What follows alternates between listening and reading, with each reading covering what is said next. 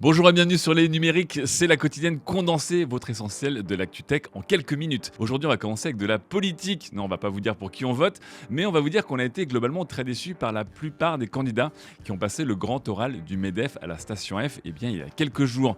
À l'initiative du syndicat patronal français, la plupart des candidats, sauf Jean-Luc Mélenchon et Christiane Taubira, sont venus parler un peu de leur programme, notamment leur programme économique, et c'était à la Station F, qui, je vous le rappelle, la Station F est aujourd'hui un des plus grands incubateurs de start-up au monde et un des joyaux de la Startup Nation voulu par le président Macron.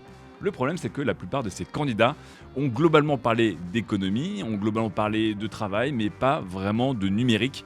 C'était déjà un constat qu'on avait eu dans les discours depuis le début de ces campagnes, en attendant que Emmanuel Macron se lance officiellement.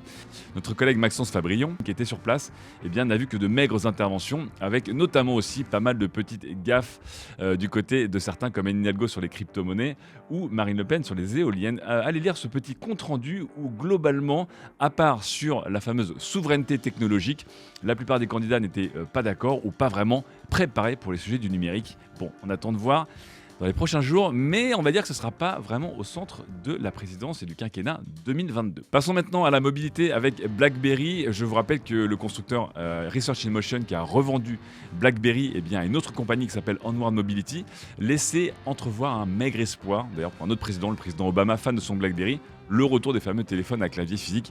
Il n'en sera rien puisque Onward Mobility, après avoir racheté les derniers assets de BlackBerry, a annulé BlackBerry et a globalement fermé ses portes. Donc voilà, c'était la fin de votre dernier espoir d'avoir ce genre de petite merveille délicieusement rétro. Passons maintenant à notre constructeur qui se porte un peu mieux, c'est Panasonic, et comme promis depuis des mois, Panasonic a enfin officialisé le Lumix GH6. C'est son boîtier très haut de gamme et surtout extrêmement spécialisé dans la vidéo.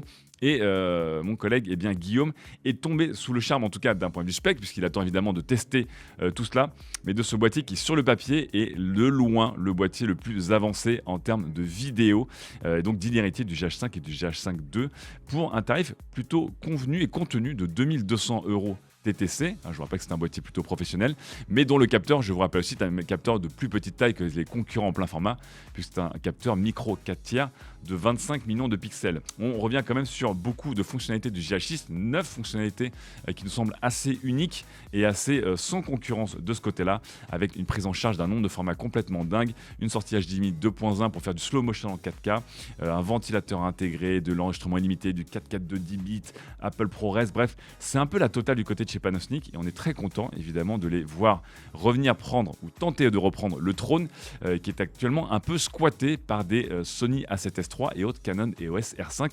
Vivement le test. Passons à l'internet et à cette chère 5G qui fait flipper certains et certaines plus que d'autres. Est-ce que la 5G est dangereuse pour notre santé? Pour l'instant, pour l'ANSES, pas plus que la 3 et la 4G, ou très peu, puisque l'agence juge peu probable que la 5G propose un risque supplémentaire par rapport à la 3G et à la 4G. Elle s'étale sur des fréquences assez voisines et la fameuse fréquence de 26 GHz sur le papier émettrait des ondes encore plus faibles normalement, même si ici l'ANSES n'a pas donné de résultat définitif. Pour l'instant, en tout cas, la conclusion est plutôt rassurante. Elle pense qu'il est plutôt peu probable que la 5G présente un risque supplémentaire par rapport aux autres. Ça veut pas dire que ça ne présente pas de risque, mais on verra pour les autres conclusions. D'ici là, on vous tiendra informé. Vous aurez très certainement besoin de 5G et de très haut débit et de lag input extrêmement faible pour continuer à envoyer des SMS et des MMS, parce que vous, les Français et les Françaises, vous êtes toujours fans de ce bon vieux système à 160 caractères ou à petites images compressées. Et oui, et la France est même l'un des seuls pays au monde, selon cette étude, a toujours préféré les SMS et les MMS au mail. Tout à fait, on est à 21% à utiliser les SMS et MMS en priorité contre 20% pour le mail. C'est un cas assez unique dans les pays occidentaux par rapport notamment à l'Allemagne. On voit aussi que la génération X, Y, Z, bref, plus on est jeune et moins on utilise les SMS et les MMS, rien de surprenant là-dedans. Mais comme quoi on est toujours fan de tout cela. On passe avec un petit point gaming et Lost Ark. Si vous n'avez pas suivi, Lost Ark est un mélange de MMO et un mélange de hack and slash. En gros, si Diablo et World of Warcraft avaient un enfant qui lui-même avait des grosses influences coréennes, Lost Ark, qui après 3 ans de succès en Corée et en Russie est arrivé en Europe via Amazon Game, continue de cartonner depuis son lancement. Vous voyez, quand je regarde Steam Stats, on est toujours au-delà des 1 million de joueurs actifs en pic simultané, c'est complètement dingue. Et évidemment, Les files d'attente pour accéder au jeu sont toujours interminables depuis le lancement de ce dernier, je vous rappelle, le 11 février. Et les développeurs ont annoncé que ça changera pas trop malheureusement, notamment pour les joueurs d'Europe centrale, c'est-à-dire la Russie et l'Europe de l'Est. Ils expliquent qu'ils ne peuvent pas augmenter les capacités de serveurs et qu'il va falloir venir sur les serveurs d'Europe de l'Ouest si ces derniers veulent jouer. Je peux rassurer nos chers potes joueurs en Europe de l'Est, si vous venez en Europe de l'Ouest, c'est bouché aussi, il faut faire vraiment la queue assez longtemps. Bonne chance à tout le monde. Passons maintenant à l'automobile et l'intelligence artificielle pour terminer cette émission. On commence avec, attention, une arnaque sur le service Blablacar. Vous connaissez Blablacar, c'est une plateforme extrêmement populaire ces derniers temps pour faire notamment du covoiturage et autres. Attention, des pirates sévissent et vont essayer de soutirer des paiements de votre part. C'est un confrère qui est tombé sur le poteau rose. Valentin Hamon-Beugin a fait un petit thread Twitter pour expliquer ce qui lui était arrivé. Et globalement, il est tombé sur une offre de course. Cette dernière a été annulée, la personne l'a envoyé par SMS une demande de paiement parce qu'il y avait un problème sur la plateforme. Évidemment, ce paiement se faisait en roubles, c'est là où il a découvert le poteau rose.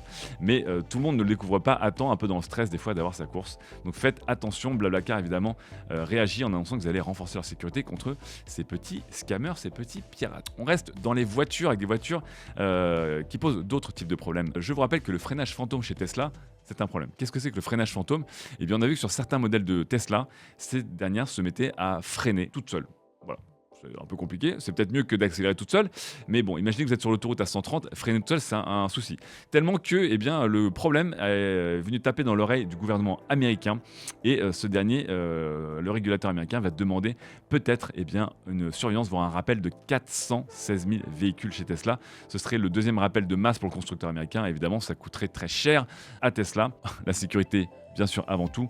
Donc les voitures autonomes arrivent, les voitures avec plus d'assistance arrivent. Elles arrivent juste un peu plus lentement que prévu parce qu'elles freinent toutes seules. Voilà. Bon, en attendant, il y en a qui visent les voitures 100% autonomes, notamment Cruise, dont je vous avais parlé il y a à peu près 2 semaines, qui avait montré les premières courses de taxis 100% autonomes, gratuites pour certains habitants du quartier de San Francisco à certains horaires, donc assez limités. Cruise avance encore un petit peu puisqu'ils viennent de demander à la NHTSA que le véhicule Origin, qui est un véhicule littéralement conçu pour être autonome, puisse bientôt se balader dans les rues américaines et notamment en 2023 pouvoir prendre des premières courses. Donc on vous le rappelle, c'est en ce moment un des derniers grands des dernières grandes sécurités, on va dire, avant que les voitures autonomes et les véhicules autonomes ne pullulent dans nos rues. C'est déjà que les régulateurs soient d'accord. Cruise, qui je vous rappelle appartient à General Motors, pourrait faire partie des tout premiers. On reste dans des intelligences artificielles. À quoi pensent-elles lorsqu'elles vont conduire des gens à travers des rues comme ça, 24 heures sur 24 ? Il y a peut-être à faire de l'art ou à penser à la vie après la mort, je ne sais pas. Il y a en tout cas une intelligence artificielle qui a créé ce qu'elle considère, elle, comme une vision de la vie juste après la mort d'une intelligence artificielle. C'est une expérience assez intéressante, c'est une expérience artistique, très bien, où on a mis en place une intelligence artificielle, on lui a demandé de s'exprimer et de créer des images de ce qu'elle pourrait voir. C'est considéré comme un projet donc technique, mais aussi artistique. La question, c'est est-ce que cette intelligence artificielle qui a créé notamment ce tableau ou celui-ci est propriétaire de ses créations ? C'est la grande question. Et Steven Thaler, qui est un des créateurs de cette Creativity Machine qui a créé ces œuvres, avait demandé, en tout cas, au bureau des brevets et du droit d'auteur américain de donner la propriété et en tout cas les droits d'auteur à son intelligence artificielle Creativity Machine pour la création.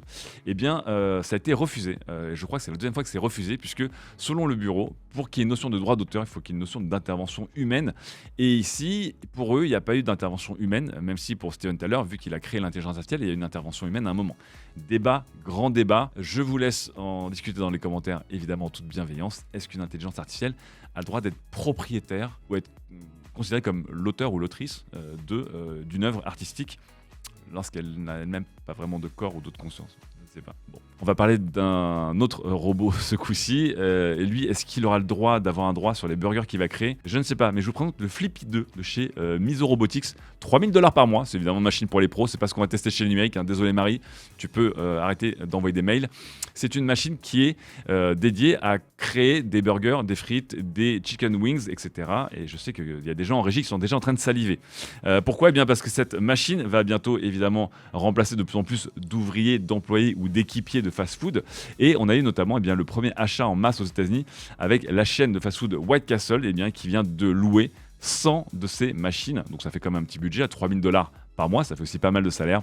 Mais évidemment, elle promet une rentabilité et une productivité complètement folle pour enchaîner vos petits paniers de frites, vos chicken wings et retourner évidemment vos steaks, puisque je savais qu'aux États-Unis, c'est un peu le surnom de ces employés, c'est les burger flipping. Et voilà, un beau petit robot pour l'avenir. Est-ce que c'est angoissant? Est-ce que c'est encourageant? Je ne sais pas, je vous laisse aussi en discuter. On termine enfin avec quelque chose qui est vraiment, vraiment optimiste et qui fait vraiment plaisir. On va se plonger dans le futur et peut-être le futur de nos soins. Est-ce qu'un jour, comme ce cher Piccolo dans Dragon Ball, on pourra refaire pousser un bras qu'on vient de s'arracher? Peut-être parce qu'on essaie de sauver la Terre, je ne sais pas. Mais on va bientôt pouvoir aider très facilement à la reconstruction de nos os, tout simplement. Pourquoi? Parce que des chercheurs ont découvert qu'avec des systèmes d'ondes et d'ultrasons très simples, ils peuvent transformer certaines cellules en calcium pour venir reconstituer des os. Et ce qui est très intéressant, c'est que non seulement cette solution est efficace, mais selon ce papier de newsatlas.com, pour les chercheurs, c'est surtout une solution extrêmement simple à mettre en place. C'est pas une technologie compliquée, puisque les ultrasons, tout le monde connaît, mais ils ont trouvé cette interaction très intéressante qui pourrait aider bientôt à guérir, à reconstruire notre corps beaucoup plus vite pour avoir des os. Voilà. Bon, on a parlé de robots un peu déprimants, et on a parlé de robots un peu déprimés aussi, mais bientôt, l'important, c'est qu'on pourra refaire nos petites fractures ouvertes avec un coup de MP3 très très haut placé. C'est la fin de cette émission, on se retrouve demain pour un nouvel épisode, évidemment en live à 11h30 sur Twitch. À très vite.